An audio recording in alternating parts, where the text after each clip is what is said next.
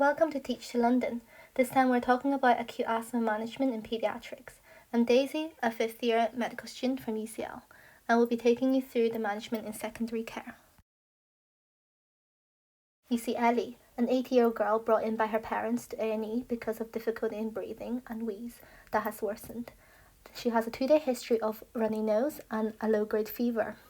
On examination, she is using her accessory muscles with some mild recessions. She is too short of breath to complete a full sentence. There is bilateral polyphonic wheeze on auscultation. Her observations are below. The point of assessment is to determine the severity of the asthma exacerbation. How would you rate the severity of Ellie's asthma attack? Assessing severity of asthma exacerbations in children is similar to adults. However, peak flow may not be used in younger children, so observations and clinical assessments are more important. Note the normal observation values differ slightly in children, so tachycardia and tachypnea should be age adjusted. As in adults, a normal or raised partial pressure of carbon dioxide indicate respiratory exhaustion and require prompt escalation and resuscitation. Can you work out the severity of Ellie's asthma? She had an elevated heart rate and a borderline respiratory rate. Additionally, she's having difficulty completing sentences. So this would put her in the category of having a severe asthma exacerbation. Think about how you assess this child in A&E. Of course, the AT assessment is used for an acutely unwell child. Breathing is the main problem in an acute asthma exacerbation. Most of the findings in breathing can contribute to the assessment of the severity. Remember to always call for senior help or pediatric emergency team if there are concerns, and have a low threshold for escalation. How would you manage this child, and what medications would you consider? It's a useful acronym to remember the medications given for an acute asthma exacerbation.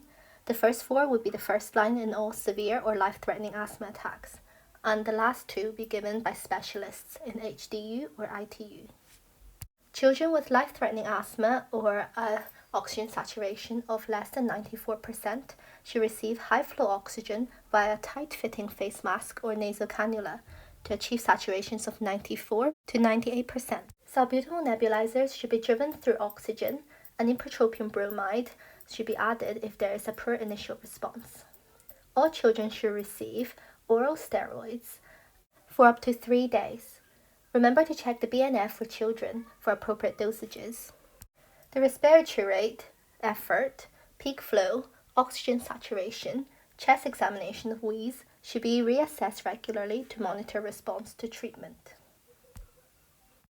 After the initial assessment and management, Ellie was admitted to stay overnight. You see her the next day and she's stable on 4 hourly nebulizers. She's ready for discharge. What should be done before discharge?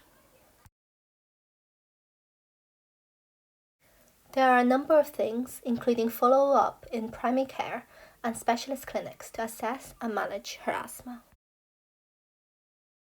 To summarize, perform the A to E assessment, give salbutamol nebulizers, and add ipratropium bromide if there is no response. Give oral steroids and escalate to second-line management if the patient remains unresponsive. There is also a summary of the management in primary care. Here are some helpful resources to get the latest guidelines on acute and chronic management of asthma in children. Thank you for listening, and remember to subscribe.